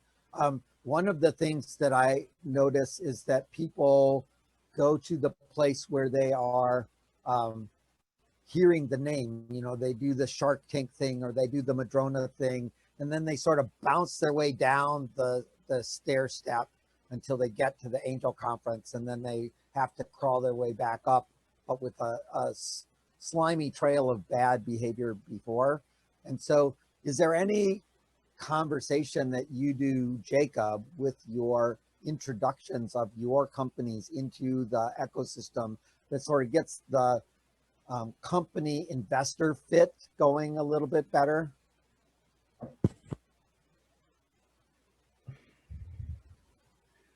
Yeah, I guess not. Not to answer your question directly. I think you know, we have early coffees. No VC, no investor will write you $1 million check on the first date. If you think of it like marriage and dating, you know, you're not going to get that check on the first date. You're not going to get it after the third month, really. Like, a good fundraising process actually takes about 9 months, and it starts with, you know, some people call them drive-bys. We call them early coffees. But you reach out and you have an early coffee with some target investors that are matched to your focus areas. You know, I hadn't had the pleasure of getting to know Nate before, but I quickly Googled, and their focus is B2B with some other things. Nate, when was the last time you invested in a consumer product? I honestly don't know. Probably 3 years ago, but 3 or 4 years ago. I mean, we do, but it depends. Yeah, my point is that it takes 20 seconds to Google the focus areas of the investor that you're meeting with, and you can kind of lead with their thesis, at least, right? So Nate, if I was to pitch him, I would pitch him on a B2B product or something. I mean, very clearly on their website, they list their thesis areas on the SWAN Ventures website. So you know, you can take 20 seconds to do some pre-work to figure out what's the right pitch for the right investor, and if that's even the right investor in the first place. And then you can spend time getting to know them. But in a way, there's, you know, the stopwatch is ticking. The first time you have a coffee, you want to, like, almost like a programming board for a television station. You want to say, okay, at this month we're going to do this, and at this month we're going to do that. You want to be able to follow up every 6 weeks or 8 weeks with these investors of, like, okay, here's something unique and interesting, an update, just to keep you on top of mind. You know, look at what we did here, look what we did there. Here's something new. This is exciting. And then when you're ready to fundraise, that investor has gotten to know you. Their ice has been broken. They've watched you hit a couple milestones. They've seen your execution pace. And again, like dating, they've gotten to know you a little bit before you ask them for marriage, right? Like, you know, they've had a few chances to have a couple proverbial coffees, proverbial drinks, and then watch your progress over a period of time. So to answer your question, John, a lot of what we do is really just matchmaking in a way. Like, I spend a lot of time as a social secretary in a way, setting up coffees between, you know, our entrepreneurs and various investors in town who are the right fit for them based on thesis, and to do it way earlier in the process than feels natural and normal, because you want to make sure that they're building a relationship over time. That's and then making sure that they can deliver on traction and show real points on the scoreboard that is meaningful to investors. That's what we do to help them connect with the right folks in town, if succinctly. Yeah, that's exactly what I was looking for. So the narrative that we're building is not the narrative for the 10-minute or the 3-minute or the 1-minute pitch. The narrative is that we have a story that's a 9-month story, and we're going to tell different chapters of this thing along the way. And the story that we tell in the 30 seconds leads to the story that we tell in the 1 minute, which leads to the milestones that we're achieving based on who the audience is, who the investor we're trying to date with is, and the stage of that dating. And if I don't understand what stage of dating I'm in, and I don't understand who I'm dating with, then I produce these arbitrarily structured talks, which don't resonate with anyone because they're not in alignment with them. And so you do it by handcrafted matchmaking, which is fabulous, right? A lot of times you go to programs and what they're doing is teaching you a specific style of blathering, how to blather at Alliance of Angels, so Alliance of Angels pays attention, and then they take that blather and they apply it across everybody, right? That's not good for anyone. That's not a good process, right? On the other side, and Nate, I'm going to come back to you. Brianna at Kretsu sort of believes, here's the standard slide deck. Follow this slide deck in this order, and we will decide whether or not you are a good company based on that, right? How does that work for you when you were over at Kretsu watching that process? Did that really work effectively, or was there something else going on in the ecosystem that was feeding the decisions? Because at least for me, if I saw 50 pitch decks that were exactly the same size in exactly the same order, I would not know how any of them would be remarkable. I would zone out by the time I got to the third one.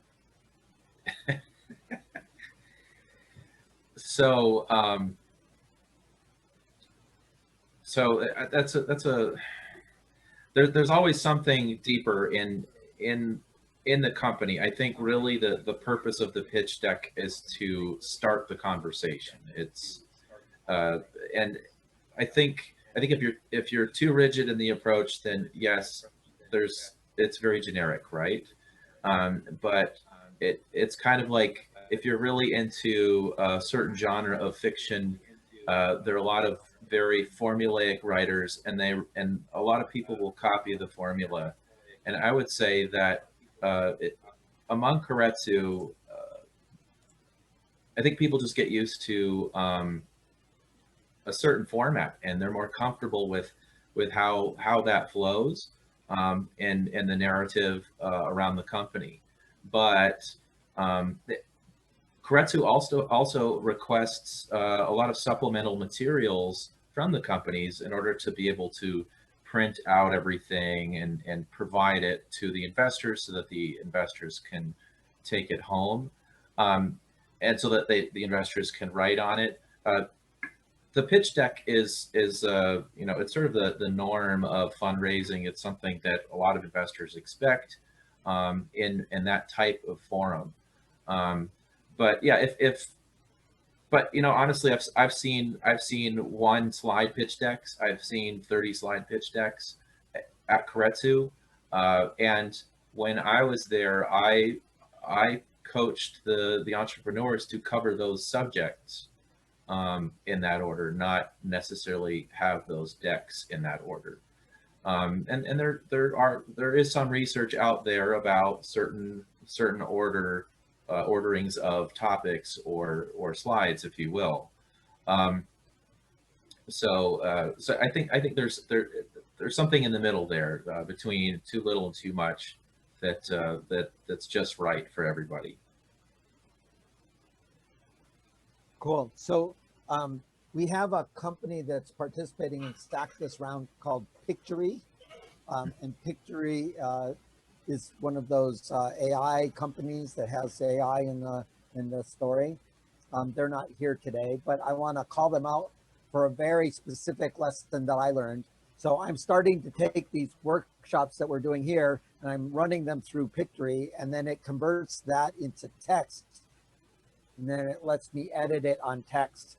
And the thing that the AI thing, besides converting sound to text, is they have a summary button where I can click the summary button and it'll go through and it'll find the most interesting sentences. And it's intriguing to see what the AI thinks is interesting. But for me, what I noticed is that I use the word, you know, and sort of like 50,000 times in a workshop.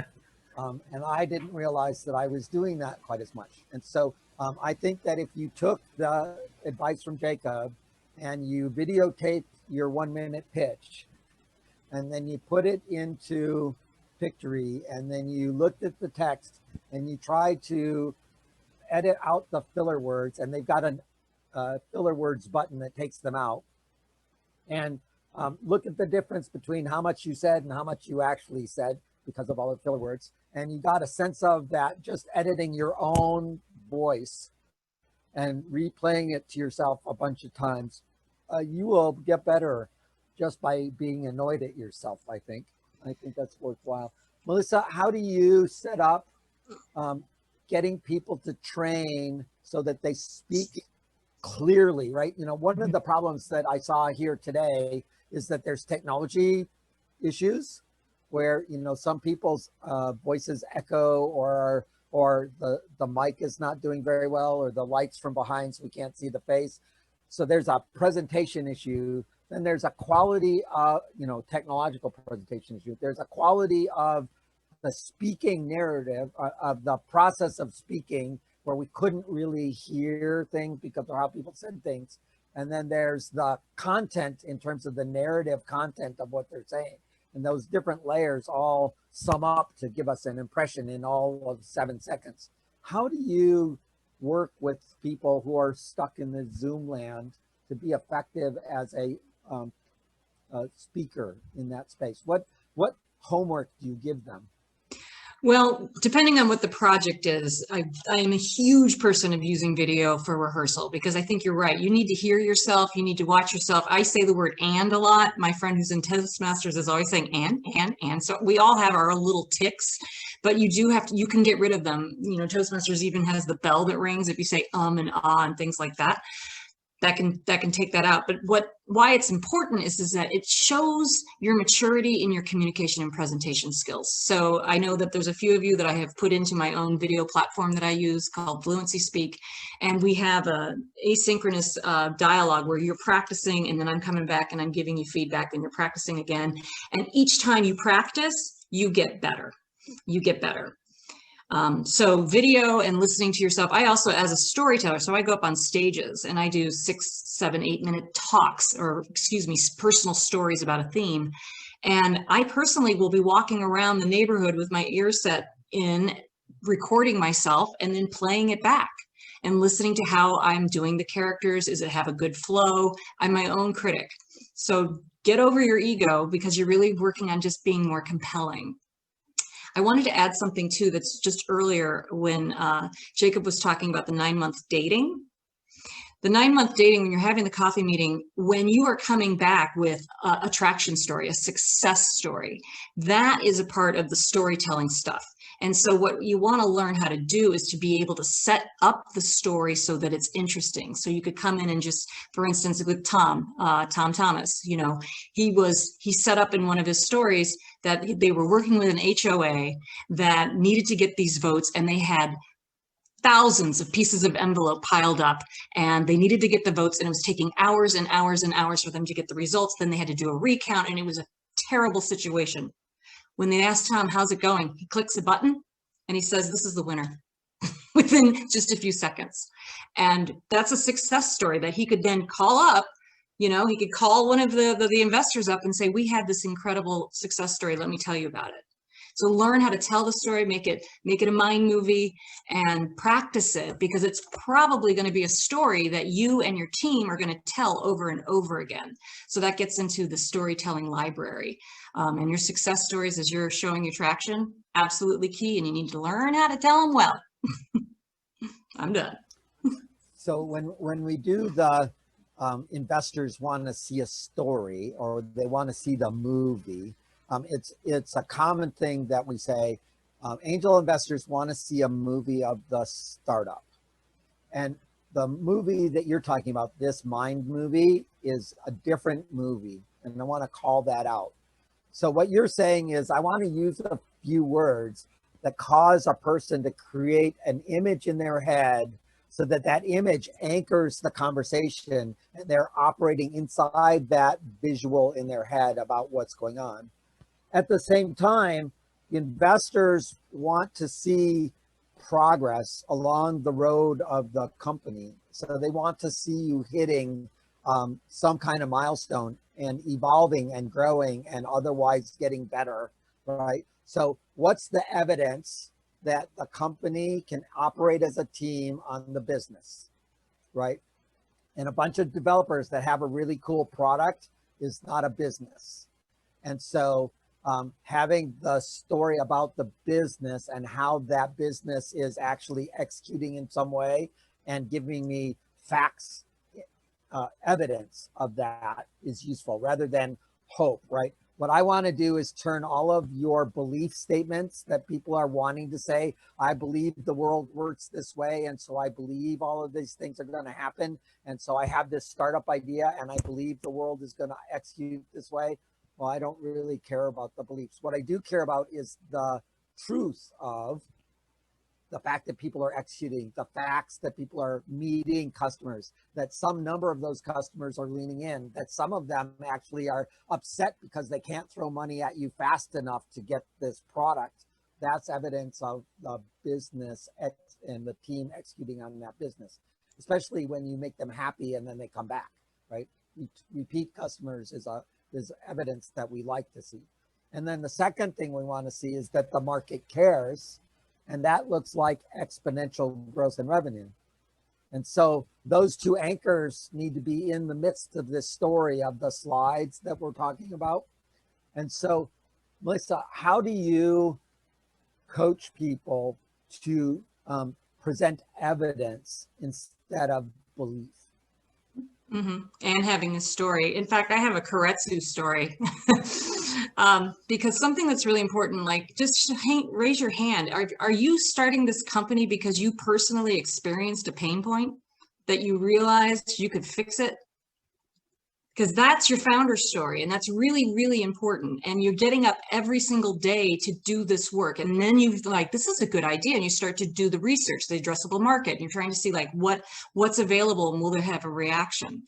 And I was once standing in a Keiretsu forum, and there were a couple hundred people there ready to write checks, and they had their notebooks that was mentioned earlier. And there was a gentleman in the back room who I could see his speaker name, so I could look him up, and I knew that he was studying ovarian cancer and how to reduce it. And he was a nervous wreck. In fact, like when I walked up to him, I'm like, hey, good luck. And he's like this Kodiak bear, he's huge. And he goes, oh, thanks so much. What do you do? And I said, I'm a public speaking coach. He goes, oh God. And he just got out of the way, didn't want to talk to me. But when he got up on stage, they introduced him, and then he introduced himself. And I don't think you need to do that. If you've gotten introduced, please don't introduce yourself. We know who you are. Just go for it. And he opened up with a slide with a graph and a giant rat with a tumor on its leg. And we were trying to eat lunch, and it was this graph, and it had all these reverse things, and it was really hard for us to like kind of get engaged right away. Whereas what if he had done a really quick story about one of the patients that he had to face her problem and told her plight, right? That Sarah's a 42-year-old mother that has 2 kids and has just received horrible news that she has ovarian cancer. And now the doctor is telling her, you've got pills, you've got chemo, you've got radiation that's probably in front of you. So we need to discuss your options. And she's terrified. But that can change now, because our company is now creating a reduction in tumor sizes by blank, blank, blank, and blank. And then maybe he can show us a graph. But what he's doing is he's hooking us in so that when we walk away, we can go, you know, that pharma company, the one that had like the mom with the ovarian cancer. Yeah, they had their stuff going on. That's what I'm talking about. And so practice it, use a visual, make people understand and hook them in with something real that got you into this business. Your founder story is really big. That's why my company's called Story Fruition. I want to know like how you got into your own being. So I hope that answered it. Yeah, that's cool. So I see some hands up. I'm not sure if the hands are up because people want to ask questions or whether they were answering the previous question of how many people. So Margie, maybe you're the one that has a question. Well, my hand was up for the previous question, answer to the previous question, but I do have a question. We're here to talk about our story, and I have worked with Melissa, and I have a founder story. I have 1 minute tonight, and we're talking about the visual, we're talking about the story, but we're also talking about the business. So when we know who our investor group is. They're looking for the business story tonight. And are we bringing in a deck that we're going to show, or we're just visual? We're telling a story. We're going to quickly tell our founder statement maybe, and our business and our traction that we just kind of talked about. I wrote down the facts. That's what you want. That's correct. I'm just verifying. So to go into a little bit of the detail about what we're doing tonight, the Seattle Angel Conference this round has 81 companies that applied. That's a little bit more than we usually do. And what people are doing is reading Gus profiles, which often are written dryly. And so there's not any particular emotional component to that that's effective most of the time. And so I thought that we should give people a chance to build that emotional component into the process by being present physically. That's why we're doing the 1 minute pitches. And the structure of the event tonight for all of the companies is we're going to do breakout rooms. We'll take all of our investors, we'll break them out into rooms, and we'll run groups of 10 companies. Do your 1 minute pitch, have a little conversation, then we'll change rooms and do it again, and change rooms and do it again. So every investor is going to get a chance to see close to half of the companies, but not all of the companies. And what that will allow the company to do is to talk to a handful of individual investors at a personal level, not at a group of 40 at a time level.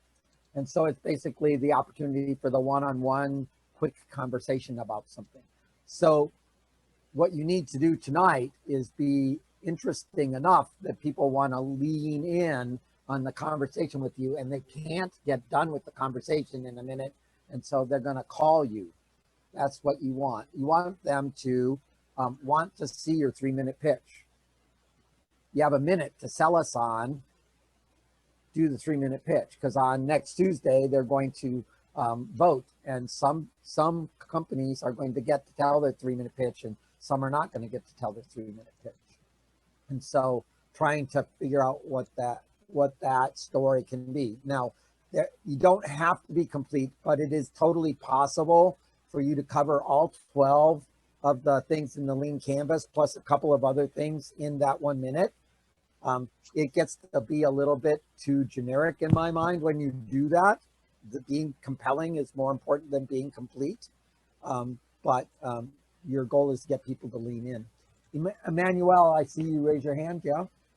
No? Okay. Tom, I saw you raise your hand. Yeah. Is tonight Q&A and pitch, or just pitch and then next founder? It's Q&A and pitch. Each segment is 25 minutes. There'll be 10 minutes of pitching and 10 minutes of Q&A, and a little bit of buffer on each end so that people can get in the room and get out of the room kind of thing. Perfect. So thanks, John. be Appreciate it. really quick. Any other questions? Oh, yes, go ahead, Clara. Is it 20 minutes per business, or it's 20 minutes for each breakout room? Each breakout room. Okay.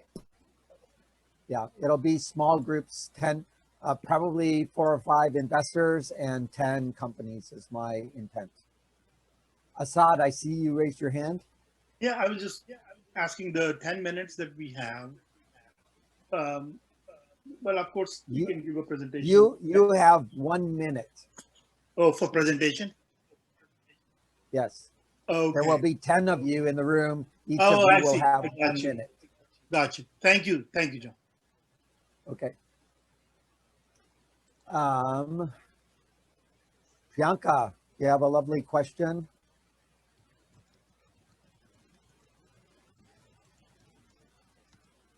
No. I was curious about the like what to focus on the 1 minute, but you answered that, and I love the idea. I love something that you mentioned, that it's better to be compelling than complete. So I'm going with that. Okay, cool. Thank you so much. Steve, I saw a hand up there earlier. Steve M. Yeah, I think it basically answered it. It looks like it's on Zoom tonight, and so it doesn't really matter whether we use Google Slides or PowerPoint. No slides. No slides? No slides. Just tell the story. Let me, however, urge you to consider a background so that you focus the background on you instead of whatever is happening in the background of your room. But that's just a bias of mine. Any other questions of our speakers? One last question. If I have a colleague who wants to attend in the breakout rooms without pitching, just being there and watching the pitch and answering questions, is it I'm still struggling with the question of how I'm going to get the teams into the rooms. Okay. Because I know that there are people who are going to come. It's totally okay for you to bring team members. Please do bring team members if they want to come. So, you know, it's not just the speaker, but I have to figure out how to get people into the rooms. I think what I'm going to do is ask people to put their names into their thing, and then we're going to just shuffle them by hand into the rooms, and it'll take us a couple minutes each time to do that. I think that's probably how I'm going to do it. If someone has a better suggestion about how to get 80 people into 7 rooms all at once, I'm all ears, because it's an active question. It's possible to create a number of breakout rooms, and people personally select the breakout room they want to go to. So company could go and fix breakout room, and investor could switch from a room to another. That'd be another possibility. So how do I get it so that I get all of the rooms with 10 companies in it, and not one room with 20 companies in it and another room with 2 companies? So you can create a breakout room and people by themselves go in breakout room. I know that they can pick, but how do I get them to balance it so that it ends up being even? You need to select one company. You can assign people to breakout rooms as well. Right, but I can either do it by hand, or I can do it randomly, or I can do it pre-selected once, and I can't do 3 cycles. So everybody who wants to deal with this process of logistics, send me an email and I'll email back. Let's focus back on our presenters. I have a wealth of information. I would like to make sure that you have access to that information. Is there any question for Melissa or Nate or for Jacob that we can do? I have a question. So when we were talking about the compelling story, there are 2 things that can happen. One is a story that is very contextual but not personal, like something that is happening around us right now, or something that personally has happened to me in the past, which led to this. Which one of these 2 is the best way to move forward? Because it has to be one or the other for a shorter, tighter pitch. Yeah, I think it depends on the situation of who you're going to be talking to. And without knowing your founder's story or I don't know, I can't answer that right now. I'd need to work with you and find out. You probably should have both stories ready to go. And one of them happens when you're having, cocktails because you're now in the 6th meeting. You're like, hey, I got to do it this way. Sometimes it's your founder story that gets you right out there right away. So the hypothetical, the vision story of what's going on out there in the world, like was it Jamisha that had the COVID test? That's happening right now. That's happening right now. And so, you know, she's got a solution for that. So it would be very easy to say, well, everyone's clamoring to get a COVID test. They don't even know if they're a carrier. Right there. There's a little mind movie, a little panic by the way I said, and say, but we've changed that now. We have this device that we're going into these things. This is how many clinics we have, blah, blah, blah, blah, blah. You can do a mind movie in one sentence. Thank you. So you're just going to have to pick. Yeah. Yeah. Mine is an edtech solution, so not COVID, not health related, but very similar, like engaging students. So that's also very what's happening related to what's happening around us, and that's why the demand. And it also relates to a personal story from my childhood. So I went back and forth on what to. That's kind of giving you a little bit more context about where I'm coming from. Yeah, well, you know, it was interesting because I do remember you, because you said with COVID going on, there's been a loss of. So Billy's frustrated because he's bored out of his mind and he's behind now. He's not tracking to graduate high school at the pace he needs, and the stress in the family is huge. But now we have a solution that we can actually accelerate his learning. See, so I've got Billy. He's frustrated. A little mind movie. That could be one angle, because everyone's going to go, yeah, that's really, you're going to talk to your audience and everyone's going to be like, oh my God, my kids are driving me crazy.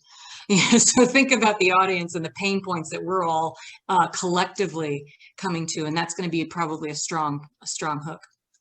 Thank you, Melissa. I love that you mentioned Billy, because my 1 minute pitch, my short pitch on the Gus profile actually talks about Stuart Little. Stuart Little is a kid who struggles to write. Oh, there you go. Yeah. So I think the important thing about what Melissa said is to think about the context of the audience. So in this case, you have, you know, for what I do with Seattle Angel Conference, we have a bunch of people in Seattle, mostly in Seattle, who are trying out this investing thing for early in their investing career. So right there, they're from technology companies, or they're from our local community, or they're an entrepreneur that succeeded, and now they're trying to figure out what do I do with my capital and how does it work? And then they have what their life is about and what they experience in their life. And so you have to think in that context of how you get their attention about what they're thinking about. And if you can do that, that'll be significant. If you tell a story about your childhood and it doesn't relate to their experience in their childhood, it was not a useful thing. That's a great point. Yes. You, but might not be good for them. And if it feels, you know, Stuart Little is a character in a book, and it feels too contrived, then again, it doesn't feel like it's what's the word I want? Authentic. You want it to feel authentic. I think authenticity is fundamental to the whole process. Is his name really Stuart Little? Is it? Is the kid that you're talking about really named Stuart Little, or are you talking about the character in the book? I'm talking about a kid whose name is Stuart Little. I wanted to name something that is... Okay. I'm going to advise you to just stay with Stuart, because as soon as you start to... So what's going to happen is in my mind movie, so remember, as a storyteller, you're controlling what's in my head. You don't realize this, but you have so much power. And if you say, little Stuart Little, I've got a mouse in my head now, right? Because he was a little mouse. But if you just say Stuart, I might still go like Stuart Little, I might, but just you got to control what I'm seeing. So Billy's kind of a nice neutral name. James, Jeremy, Sally, Molly, those are names that like we can relate to. But as soon as you start to, or if you drop in celebrities, like it's, you know, you guys were, I did like when a couple of you said we're the Fitbit for stress, we're the Fitbit for carbon, that worked. But if you say we're the Talladega, what was that movie? Talladega Nights, that movie, that Will Smith movie of something, I'm going to start thinking about that movie. You're going to derail me by putting in a celebrity or by putting in something that's just not going to keep the train on the tracks. So do be careful, because I had the same reaction. I was like, really? Is it Stuart Little? And also one more thing, be very careful of not using vernacular and slangs and acronyms that the audience doesn't know, because what happens there is you, again, take the train off the track. What happens is you say something and I'll go, what's a LiDAR? I don't know. Do you know what that is? I don't know what that is. Okay. I forget. No. What is she saying? So be very careful. That's called the power of knowledge. So don't assume that people know an industry term. So specifically, good points, the yeah. words we use around that are pretend that the angel investors are sixth graders, and do it in the general population point of view, because there's such a wide range of skills among the investors. You know, some of them are very deep AI experts. Some of them are very deep medical experts. Some of them know marketing up the wazoo. But on average, across all of them, probably none of them would qualify as experts on average, right? And so you have to use a vocabulary that's sort of a step down, maybe a half a step above what your newspaper would use. As Mark Twain said, don't use a $5 word when 50 cents will do. Your job is to inform, not to impress. I actually talk about that in workshops. So when I'm teaching this stuff in my workshops, I go over that a lot. So I completely agree with you, John. I would suggest that there's one exception to that. And that exception is if you're talking in the language of angel investment about what the attributes of your business are, it will represent something valuable. And so when you say 10K MRR, I bet my mother doesn't know what a 10K MRR is, but most of the investors in the room will have heard that at some point. And so there's a set of language in the language of the audience that makes a difference. And yeah, so, I agree with that. If the investor doesn't know what 10K MRR is, then they're not the investor for you, is probably what I would be saying. Mm-hmm. Zorba, I see a hand up. Thank you so much. Thanks, John. And sixth graders, I was just going to say that's a lot of hormones. I don't know. Most investors I speak to aren't that emotional, but I get what you're saying. Yes. It's actually a very technical question because it introduced a bit of an ethical dilemma in my mind. Because most of what we do, it's very personal. It's trust, right? Stress. So we have actually found that most investors we're pitching that actually go on to either invest or to refer us to another investor for our stage, actually want a lot of information about two things. Why the engagement is higher, so why is it working for the customer, but also fundamentally, like, tell me exactly how your tech works, because I almost don't believe it, right? So what has happened is we've ended up, it started very oddly in the last month, I ended up showing one deck and sending a much longer one. And then I don't know who said it, I just stopped having two decks, it's too much work. I just started using one longer deck and jumped around and never seemed to have a problem. Like, it didn't have to go slide by slide. I just said, okay, guys, you get it, I'm going straight to the financials. And everybody was cool with that on the Zoom. So my personal preference now is just to have the longer deck that tells the whole story and then just focus in the 5 or 10 minutes, which is all I ever get. Because then they just jump in with questions on either of those two, right? Like, we were just saying, why is the engagement higher? How the hell does the AI work? I just want to check, is there any problem with having a deck, A, that you never get through? I'm not seeing that as an issue. Secondarily, is it better to have a shorter deck and send a longer one, or is it okay to just send the longer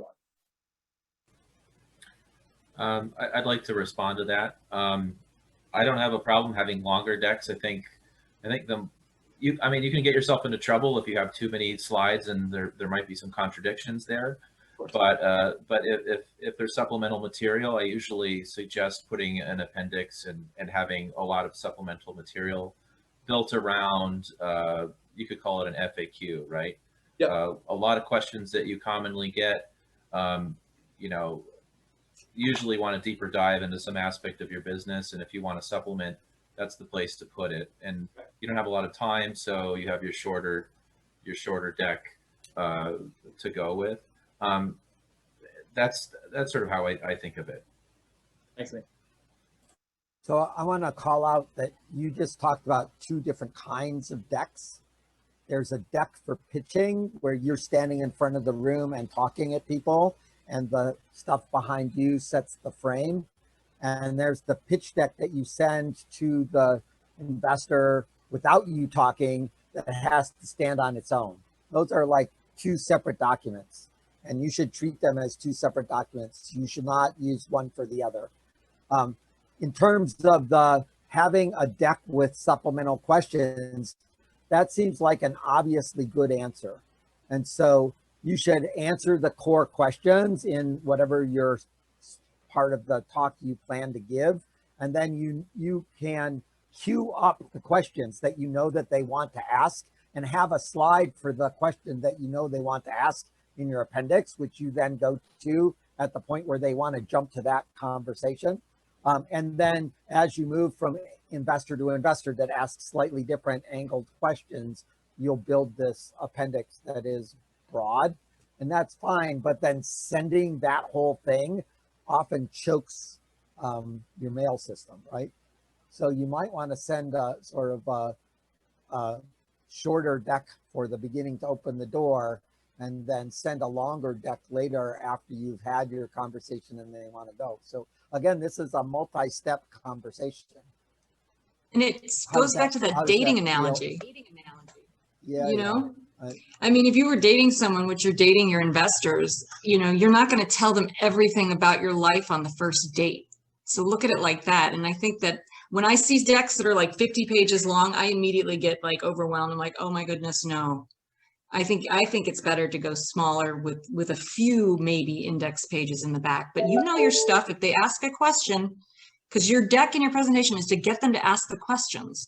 And so if you've got all these other decks, bring it out when it's necessary. I sold a lot of media, and I would see sales reps, here's everything about our television station. And it's like, they just wanted to know about Oprah. Right? So it's so cool. If I can respond, I don't want to. We have very little time. You know, I can take it offline. Thanks. Yeah, no. And if it's working for you, that's fine. I'm just talking generally what I've seen and what I recommend. Well, I mean, the response is, Melissa, that you know, as we're getting closer and closer to seed, it was different when we were pitching, you know, friends and family and very early angels. Mm-hmm. As we're getting closer to more professional angels and seed, the decision is almost never individual. The person, even if they are an angel, is going to say, the CEO of my portfolio company is the guy I'm going to ask about this, because the AI you're talking about is factoring in biometrics, and I've seen this work, but I need to know if yours would work, right? So that's why the longer deck has just become our habit, because he's going to take it, and he's, unfortunately, it's often a he, is going to share it with someone else, and the person is then going to come back to him without talking to us, or they're going to say, I do want to talk to them. So I'd like to jump in. And again, go ahead. Yeah, thank you, John. So at some point you're in due diligence with investors. Correct. So if they're going to get really detailed, I mean, you do want to cut it off at some point in terms of your deck length, and just put together a deal room and give them a link, like a Dropbox or something with your FA, like a Word document, FAQ, and your detailed financial statements, and you know your corporate, all that stuff. Just, you know, at some point you got to cut it off and just push them in that direction. White papers, research, all the things that investors are going to want to take a deeper look into. Thanks, guys. Really appreciate it. Again, the deck you were talking about after your, you know, initial, the deck you send in, the deck you use when you pitch, the deck that you send afterwards as the follow-up, and the deck that you provide in due diligence are different documents, even though they use the same tool, right? And make that go. Jacob, I see your hand up. I'll jump to you for a second, then I'm going to go to Clara. Let's let Clara go first. I don't want to be rude. Okay, that's fine. If it's related to the size of the pitch deck, go ahead. Yeah. Okay. So I guess as somebody who looks at 1,000 things a year, as most investors do, when I was an entrepreneur for 10 years, and I didn't really fully appreciate it,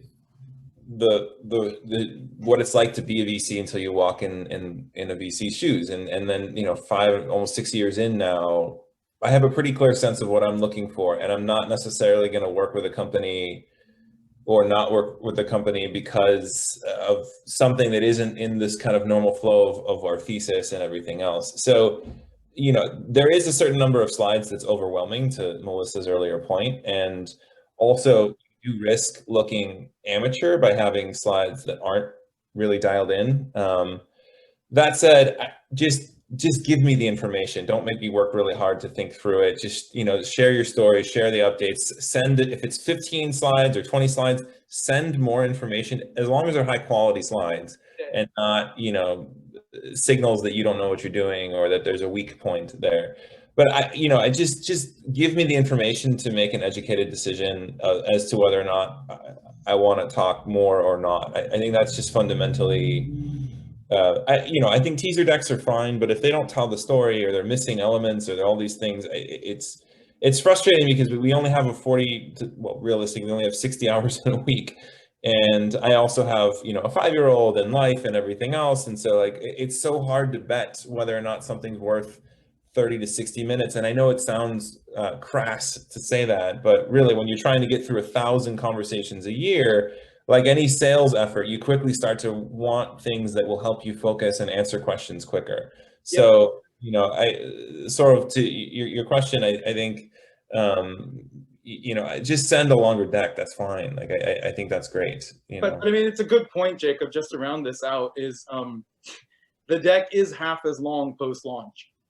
It truly is for anybody who hasn't launched yet. If you don't have customer unit revenue, once you've launched into your 3rd, 6th month, your deck is half as long because all the stuff you were trying to figure out before, your customers figured out for you. So I do appreciate that. Yeah. Thanks. Well, Clara, you're next. Yeah, so my question is very specific to the stage that my company is at right now. Maybe it would be, maybe other companies are in the same stage as us, but we're currently funding a pre-seed round. And as a tech company, we're investing a lot in R&D right now. So we pivoted into prioritizing our R&D department because we need to develop our technology and find ways to integrate it within other electronic devices. So we were saying earlier on that mentioning MRR is very appealing to investors, mentioning the traction we're generating, financial statements, and so on. But how can a business, and right now we don't have any revenues, but we've generated a very high traction by establishing commercial partnerships with other businesses in the IoT industry, for example. But how can we make this appealing to investors when we don't have any MRR or we don't have any profits yet? But our technology. Do you believe in lean startup? Yeah, we do. Yeah. The core of lean startup is customer development precedes product development. Right. So exactly. you have a list of 100 customers. Is that true?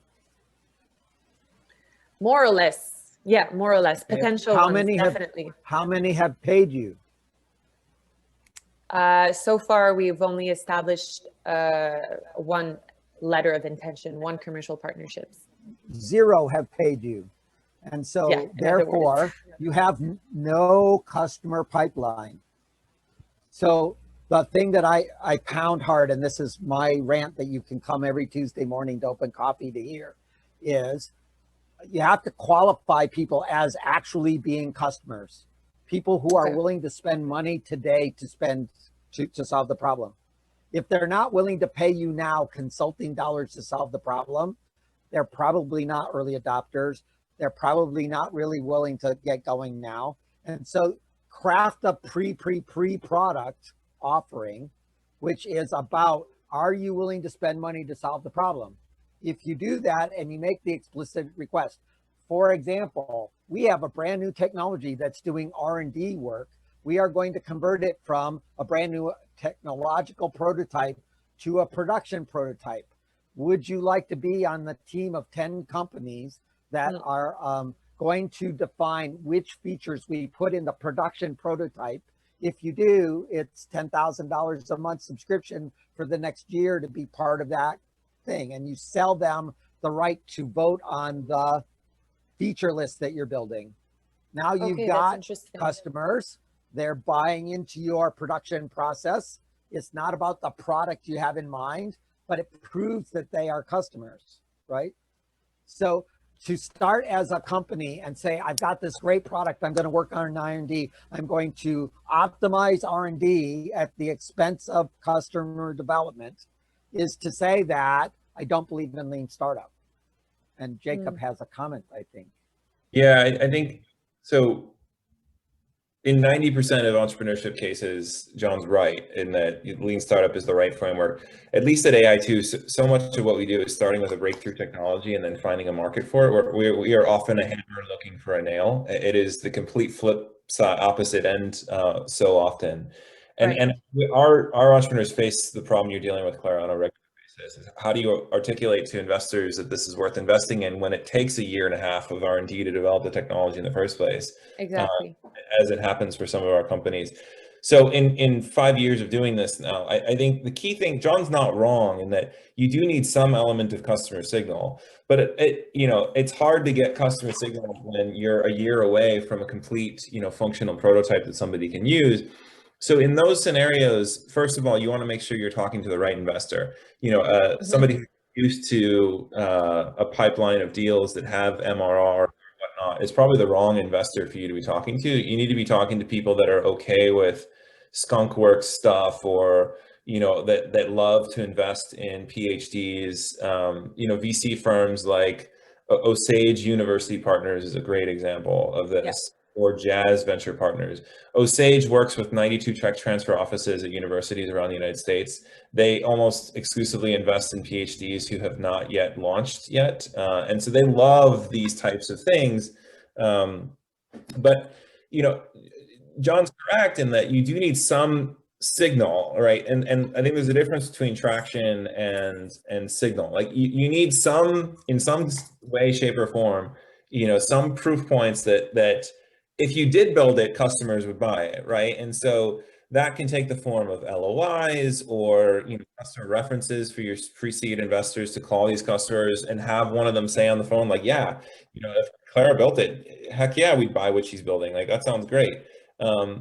It is a little bit different for deep technology or highly complex things that need an R&D period, and that is our world. So much of what we deal with, and our people really struggle with that. So I empathize with your pain point, but you have to show some signal somehow that you're not innovating in a vacuum, that you're not stuck in your proverbial basement just creating stuff.